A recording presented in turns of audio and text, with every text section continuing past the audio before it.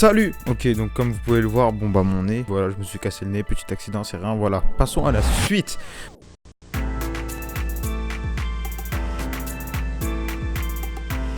Donc là, aujourd'hui, on est là pour voir comment trouver la motivation. Donc quand on n'arrive pas à commencer son manga, quand on n'arrive pas à sortir la première page, par exemple. Donc déjà, moi, je vais commencer par le dessin, tout simplement. Parce que des fois, on n'arrive pas à se motiver à dessiner des planches. Donc même quand on n'est pas à la première planche. Quand on a déjà commencé notre manga, genre des fois, on est là, on se dit, genre, flemme de dessiner, mais je sais qu'il faut que j'avance. Et du coup, pour trouver la motivation... je vais vous donner 2-3 conseils que j'utilise et qui fonctionnent avec moi par exemple. Alors déjà, ça va être de regarder des dessins de dessinateurs ou de mangaka que vous adorez, genre qui dessinent archi bien. Genre, par exemple, moi, ça va être Yusuke Murata, Kentaro Miura, je vais regarder leurs dessins. Et genre ça va juste me motiver, genre de voir des gens, je me dis putain ils ont un putain de niveau, j'ai besoin de les rattraper et tout, ça va me donner la motivation et tout. Et du coup je vais vouloir dessiner. Et comme de base j'étais parti dans l'intention de dessiner mon manga, bah ça va me donner de la motivation pour dessiner mon manga, bref ça doit être psychologique, je sais pas, la science tout ça. Ensuite ça va être une deuxième technique, ça va être à double tranchant. Ça va être de créer des personnages, parce que quand on crée un personnage et qu'il pète la classe, on a trop envie de le dessiner, mais genre H24 on veut dessiner que ce perso. Mais bon, ça c'est à double tranchant, parce que si on fait un personnage et qu'il est moche et que c'est tout éclaté, ça enlève la motivation encore plus. Si jamais vous... Ça c'est vraiment genre si vous avez confiance en votre créativité, si vous avez pas confiance, bah faites pas ça, parce que c'est juste un piège. Donc grosso modo ça c'est vraiment les deux grosses techniques que j'utilise pour me motiver en dessin quand j'ai la flemme de dessiner mes planches. Ou alors sinon il y en a une autre, ça va être tout simplement de dessiner autre chose. Et après avoir dessiné ça, ça aussi c'est une technique à double tranchant, parce que après avoir dessiné, si jamais votre dessin était vraiment stylé, ça va vous donner envie d'en dessiner d'autres. Et comme vous savez que vous devez faire votre manga, ça va vous donner envie de faire votre manga. Sauf que si jamais votre dessin il est éclaté au sol et que vous abandonnez, bah c'est à peu près la même technique que créer un personnage. Donc les deux grosses techniques c'est regarder des dessins qui sont vraiment stylés de vos auteurs préférés, ou alors créer un personnage ou un nouveau dessin tout simplement. En gros, faire quelque chose de stylé en se forçant un peu, auquel on n'avait pas pensé au début. Parce que de base, ce qu'on veut, c'est faire des planches. Et donc, on pense pas forcément à créer un personnage. Tu penses pas et tu te dis pas, j'ai pas envie de créer de personnage quand tu sais que t'as pas envie de dessiner une planche. Parce que moi, ça m'arrive souvent, genre, de pas avoir envie de dessiner de planches de manga, mais d'avoir envie de dessiner du Dragon Ball ou autre chose. Je me dis que si j'invente un personnage qui pète la classe, ça me donnera envie de le dessiner beaucoup, ça me donnera envie de l'intégrer dans mon manga. En plus, ça m'aide à avancer dans mon manga en soi. Et au final, ça viendra un moment où je voudrais dessiner des planches pour arriver jusqu'à ce personnage, justement. Mais ça, c'est vraiment genre pour qui le manga il est pas bouclé du tout, mais des fois on a juste à créer le personnage et à pas l'intégrer et on s'en fiche. Genre c'est juste le fait d'avoir dessiné un truc et que ça a réussi, ça va nous donner en fait la force de continuer, la force de commencer en fait à dessiner une planche par exemple, parce que on saura que ça a réussi, qu'on se dit qu'on est dans un bon mood et qu'on peut faire des trucs qui sont pas mal. Et donc sinon tout simplement, bah si vous avez la flemme d'inventer un perso ou vous avez pas de créativité, bah vous faites juste un autre dessin, mais dans lequel vous savez que dans un domaine que vous savez que vous maîtrisez, genre par exemple du Dragon Ball pour moi. Donc voilà, je fais un petit dessin de Gogeta dans une pose stylée, ça me redonne de la motive, je me dis putain je suis trop fort, oh là là, incroyable. Et du coup je me dis ah mais je suis si fort, faut faire partager les autres, faut que je fasse mon manga et bam, bah, ça me donne la motivation tout simplement. Donc voilà, deux grosses techniques, regarder des dessins stylés et créer un truc qui est stylé. Donc en gros, soit vous regardez des trucs stylés, soit vous l'apportez vous-même le truc stylé puisque vous le faites vous. Donc en fait si ça fonctionne, la deuxième technique elle est mieux. Parce que comme c'est vous-même qui l'avez fait, vous dites que vous êtes capable de faire un truc stylé. Alors que le risque c'est que vous disiez ouais non mais eux ils sont trop au-dessus, je pourrais jamais les atteindre. Alors que le but c'est de se dire l'inverse. Se dire que vous voulez les atteindre et pour les atteindre faut faire des pages. Parce que ce qu'il faut retenir c'est que bah, pour s'améliorer en dessin, franchement faire des pages de manga c'est l'un des meilleurs exercices. Parce que déjà on s'entraîne aux expressions, parce que le dialogue dans le manga ça fait pas tout, il y a besoin aussi de l'expression faciale et surtout en fait on s'entraîne à faire des points de vue différents, parce que toutes les cases on va pas juste faire quelqu'un de face comme ça, genre on fait des interactions, on fait des scènes qu'on n'a pas forcément envie de dessiner et donc on trouve des moyens de rendre une scène plus intéressante visuellement. Par exemple imaginons il y a quelqu'un qui marche, au lieu de le faire de face en train de marcher, on peut faire une contre-plongée, des trucs comme ça. Donc franchement c'est pas mal, c'est même archi bien en fait de faire des planches pour s'améliorer un dessin tout court. Même si vous voulez vous améliorer un dessin mais que vous voulez pas faire de manga, faites des planches que vous improvisez, vous n'êtes pas obligé d'écrire une histoire, genre vous pouvez faire des combats, des trucs comme ça. C'est vraiment intéressant pour s'améliorer un dessin, c'est l'un des plus gros secrets entre guillemets, mais bon c'est pas vraiment un secret, tout le monde sait qu'avec la pratique bah on arrive à s'améliorer, donc ça nous améliore d'en faire des planches et dans le dessin forcément, si jamais on tente des trucs. Après faut toujours tenter des trucs, parce que si on tente rien, qu'on fait que des personnages de face dans ces cases et qu'on fait que des cases partout pareil et qu'il n'y a pas de découpage ou quoi, bah forcément on s'améliore pas.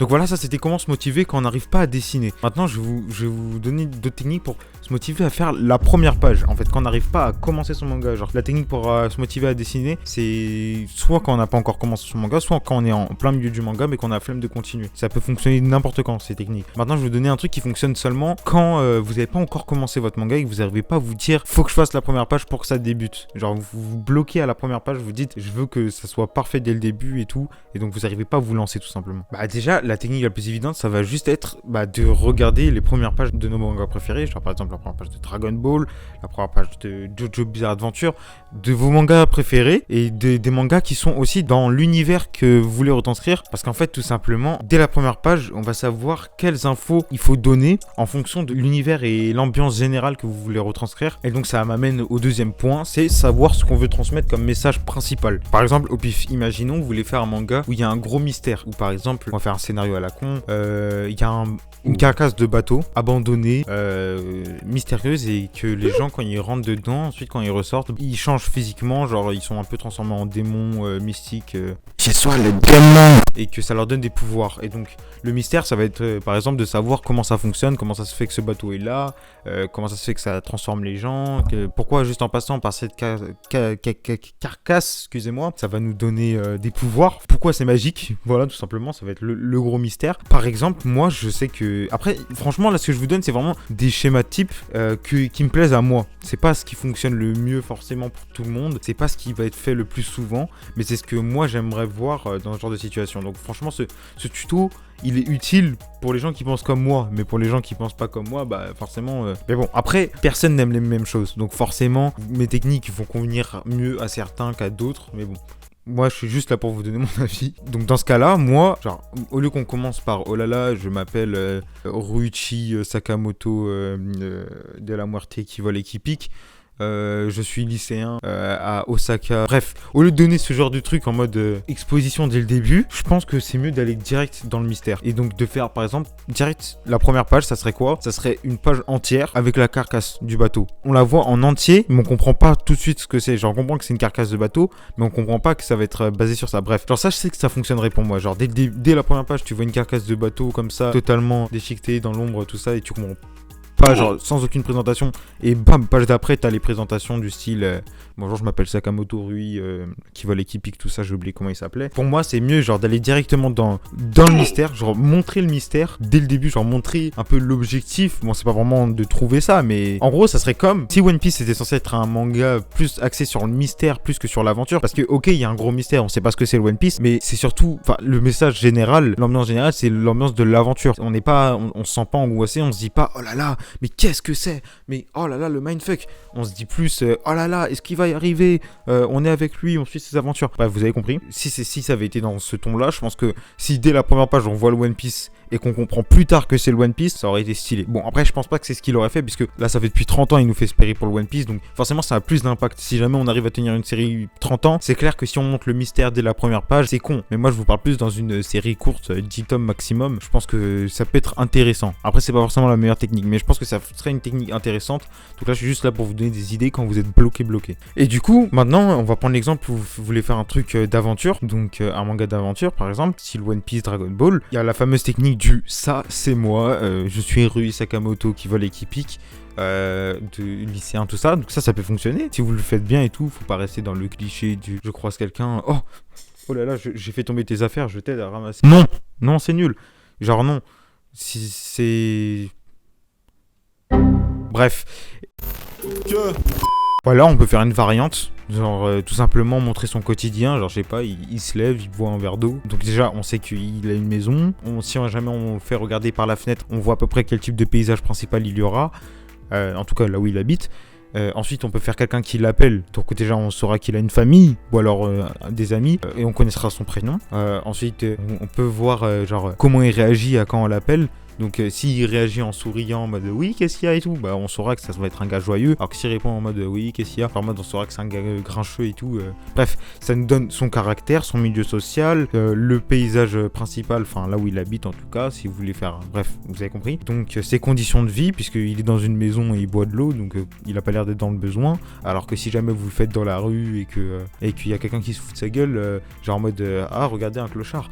Bon, ça sera pas comme ça puisque personne fait ah regardez il y a un clochard, enfin peut-être, je sais pas. Bref, si vous faites ça, en fait dès le début, captez les bonnes informations pour que ça soit clair et précis et que on voit l'évolution tout simplement. Parce que si dès le début on voit toutes les informations du présent et qu'à la fin de l'aventure on voit les informations de la fin de l'aventure, tout simplement c'est génial de voir l'évolution. Enfin c'est le principe même d'une aventure, c'est que ça mène à quelque part. Alors par exemple, bon c'est pas un manga papier, mais Gurren Lagann. Si on prend le premier plan.